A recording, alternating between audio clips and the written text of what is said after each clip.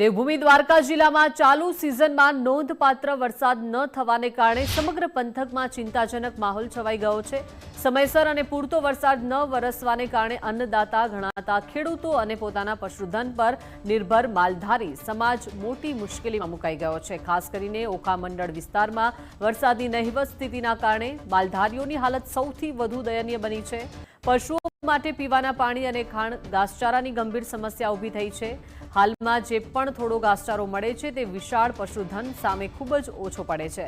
જો સરકાર દ્વારા આ ગંભીર પરિસ્થિતિ પર ધ્યાન આપવામાં નહીં આવે તો આગામી સમયમાં માલધારીઓ અને તેમના પશુઓ સમક્ષ અસ્તિત્વનો મોટો પ્રશ્ન ઊભો થશે। આ પરિસ્થિતિને ધ્યાનમાં રાખીને માલધારીઓ અને સ્થાનિક આગેવાનો દ્વારા સરકાર સમક્ષ દેવભૂમિ દ્વારકા જિલ્લાને સત્વરે દુષ્કાળગ્રસ્ત જાહેર કરવાની માંગ કરવામાં આવી છે। 2 મહિનાથી આ વરસાદ ટીપું એક પડ્યો નથી અને 1% પણ વરસાદ થયો નથી। માલધારીને ખૂબ જ વિકટ પરિસ્થિતિ છે, અટાણે મરવાનો વારો અમારો છે।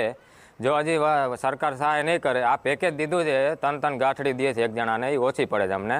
અમારે ભેંસું છે 50 અને ગાંઠડી 3 મળે તો એમાં કેમ પૂરું પાડવું? અને પાણીની પૂરતી સહાય કરી દે તો સરકારશ્રીને આટલી વિનંતી છે એમ। સેજ નહીં, નાખવાનું નથી, ખાવાનું નથી, પીવાનું નથી।